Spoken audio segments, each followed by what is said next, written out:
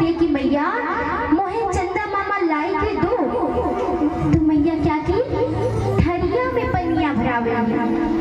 सबसे पहले एक थाली लेके आती है, बड़ी सी थाल, पारात खूब बड़ी सी लेकर के आती है। पारात को रखती है, उसमें पानी भरती है और उसी पानी में चंदा मामा के प्रतिबिंब को दिखाती है। जब चंदा मामा के प्रतिबिंब को भगवान को दिखाती हैं, भगवान बड़े प्रसन्न हो जाते हैं, ताली बजाने लगते हैं। पर मैया कहती, लाला ये जो चांद मामा है ना, ये बड़े ही कोमल हैं, अगर तुम इन्हें छुओगे तो ये बिगड़ जाएंगे। जे मारे तुम्हें इन्हें छूना नहीं। भगवान कहते हैं, ठीक है मैया, मैं इन्हें छूऊंगा नहीं, बस मैं दूर से देखूंगा। इस प्रकार से मैया भगवान को प्रेम से समझाती हैं और भगवान भी बड़े प्रसन्न होते हैं। बोलिए भक्तवत्सल भगवान की। एक बार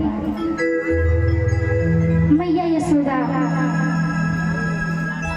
अपने घर में दधी मंथन कर रही थी और दधी मंथन करते जा रही थी, भगवान की लीलाओं का गान करते जा रही थी, भगवान का मन में चिंतन करते जा रही थी, मुख से भगवान के नाम का उच्चारण करते जा रही थी।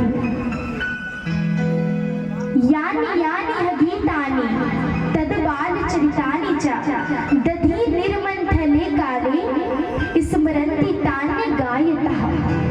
स्मरण करने लगती हैं। जब मैया सब प्रकार से भगवान को याद करने लगती हैं, तो जो मैया के सिर पर बाल में गजरे लगे हुए थे, वे गजरे, वे फूल एक एक करके चरणों में गिरते जा रहे हैं। मानो वो फूल कहना चाहते हैं कि जिस भक्त ने मनसा वाचा कर्मणा सब प्रकार से अपने मन को भगवान के चरणों में लगा दिए हैं, तो मेरी जगह उनके सिर पर कैसे हो सकती है? मेरी जगह है तो उनके चरणों में होनी चाहिए। एक एक करके फूल गिरते जा रहे हैं। जब एक एक करके फूल गिरने लगे तो भगवान विचार करते हैं कि जिस भक्त ने मनसा वाचा कर्मणा सब प्रकार से मुझे याद कर रहे हैं, जो भक्त इस प्रकार से याद कर रहे हैं, तो मैं उनसे दूर कैसे रह सकता हूँ? भगवान दौड़ करके मैया के पास आते हैं, मैया मैया कह करके यशोदा माँ की गोद में बैठ जाते हैं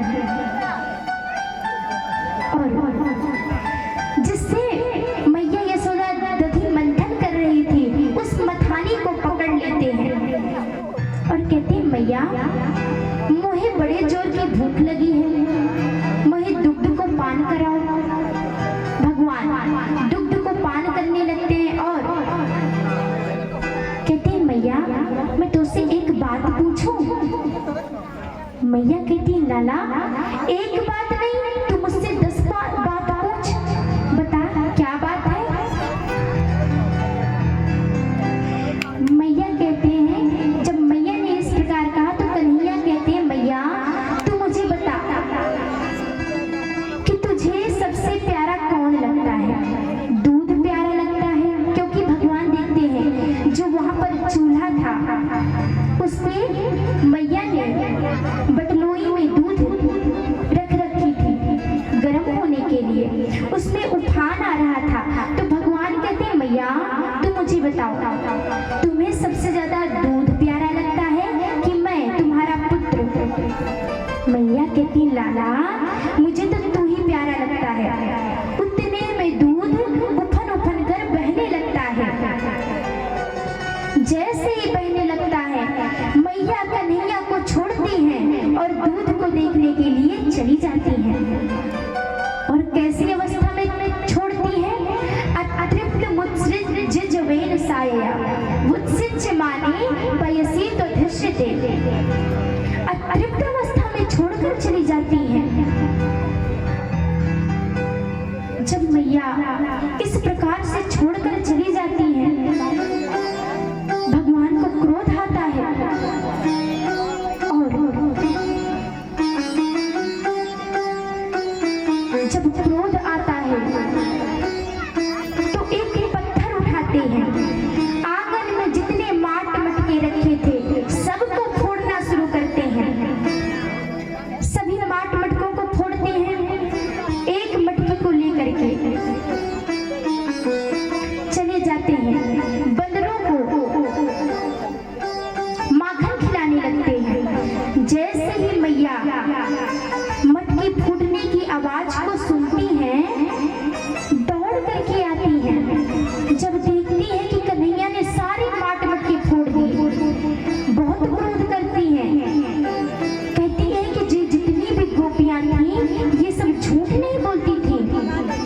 आज कन्हैया ने मेरी ददिया सास के जमाने के सारे माट मटके फोड़ दिए और उखल पे खड़े होकर के बंदरों को माखन खिला रहा है।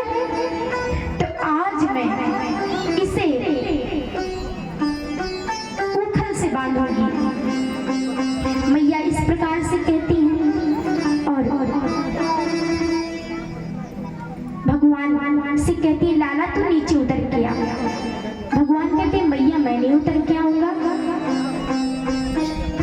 मैया अपनी छड़ी उठाती है और भगवान को मारने के लिए दौड़ती हैं। भगवान आगे आगे दौड़ते हैं, मैया पीछे पीछे छड़ी लेकर दौड़ रही हैं। मैया कहती है, लाला आजा, नहीं तो बहुत मारूंगी। भगवान कहते हैं, मैया तुम मारेगी, जय मारे तो ना आए रहूं। मैया कहती है, अच्छा चल तू आजा, मैं तुझे नहीं मारूंगी। भगवान करेंगे, भगवान कह रहे हैं फिर क्या करोगी? मैया कहती है, लाला तेरी आरती उतारूंगी। भगवान आने लगते हैं, फिर कहती है, मैया आरती उतारेगी जे बात तो ठीक है, पर छड़ी क्यों ली है तू? छड़ी का क्या काम है? मैया कहती है, देख लाला बुढ़ापे में सबको छड़ी ले लो पड़े, और यदि तुम्हें छड़ी से डर लग रहा है तो ले मैं फेंक देती हूँ। मैया छड़ी को फेंक देती है। कन्हैया बात को समझ नहीं पाते, आरती उतरवाने के लिए चले आते हैं। जैसे ही भगवान आते हैं, मैया कान को पकड़ते हुए कहती हैं कि आज तूने मेरे ददिया सास के जमाने के सारे माट मटके फोड़ दिए, उखल पे चढ़ के बंदरों को माखन खिला रहा है। आज तुझे मैं उखल से बांधूंगी। महाराज भगवान रोने लगते हैं। मैया जाती है, उखल में बांधना प्रारंभ करती हैं, किंतु जितनी भी रस्सी लगाती हैं सबकी सब 2 अंगुल छोटी पड़ जाती हैं। ब्रजमंडल की जितनी भी रस्सियां थी सबको ले आके लगा देती हैं, किंतु 2 अंगुल की पूर्ति हो ही नहीं रही। परीक्षित जी कहते हैं, गुरुदेव ये 2 अंगुल क्या है? 3 अंगुल, 5 अंगुल, 10 अंगुल क्यों नहीं छोटी पड़ रही? ये 2 अंगुल ही क्यों छोटी पड़ रही है? तब श्री सुखदेव जी महाराज कहते हैं, राजन एक है भक्त जन परिश्रम और दूसरी है भगवत अनुग्रह। भक्त परिश्रम करें और भगवान अनुग्रह करें तो ये 2 अंगुल की पूर्ति हो जाएगी।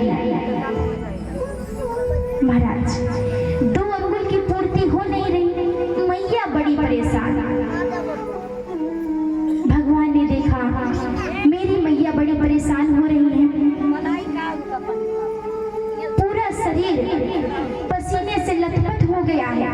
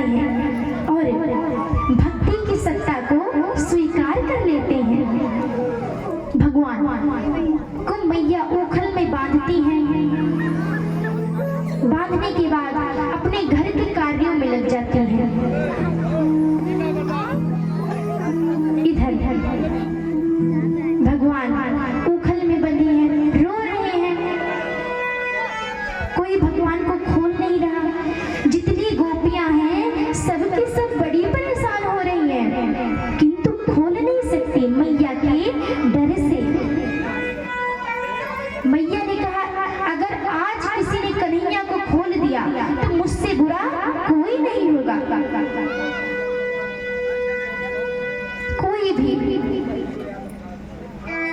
भगवान को खोल नहीं पा रहा। अब भगवान रो रहे हैं। जब कोई नहीं आया तो भगवान उखल को घसीटने लगते हैं। घसीटते घसीटते यमलार्जुन के वृक्ष के पास पहुंचते हैं। यमलार्जुन के जो वृक्ष थे उसी के बीच से निकलते हैं और दोनों वृक्ष टूट करके गिर जाते हैं। दोनों वृक्ष से दो महापुरुष प्रकट होते हैं। भगवान कहते हैं कि श्रीमान जी अपना परिचय दो। तब दोनों लोग कहते हैं कि महाराज मेरा नाम नलकूबर है, और दूसरे बोलते हैं मेरा नाम मणिग्रीव है। महाराज, मैंने संत महात्मा का अपराध किया था तो उन्होंने श्राप दे दिया कि जाओ तुम दोनों जड़ हो जाओ, वृक्ष हो जाओ। चरणों में गिर पड़े तो उन्होंने कहा कि तुम वृक्ष तो बनोगे किंतु नंद भवन के जो आनंद होंगे वे भी आकर के तुम्हारा उद्धार करेंगे। आज प्रभु आपने हमें इस वृक्ष से आजाद कर दिया। बड़ी ही सुंदर स्तुति करते हैं गायत्री छंद में। मणिग्रीव और नलकूबर कहते हैं वाणी गुणानुकथने श्रवणो कथाया हस्तौ च कर्म सुमनस्तव पादयोर्नः। वाणी गुणानुकथने, प्रभु ऐसी कृपा करिए कि मेरी जो जिह्वा है वो सदैव आपके गुणों का गायन करती रहे। ऐसी कृपा करिए कि हर पल आपकी याद आती रहे, किसी क्षण आपकी विस्मृति ना हो, स्मृति बनी रहे, आपकी यादें आती रहे। नलकूबर और मणिग्रीव कहते हैं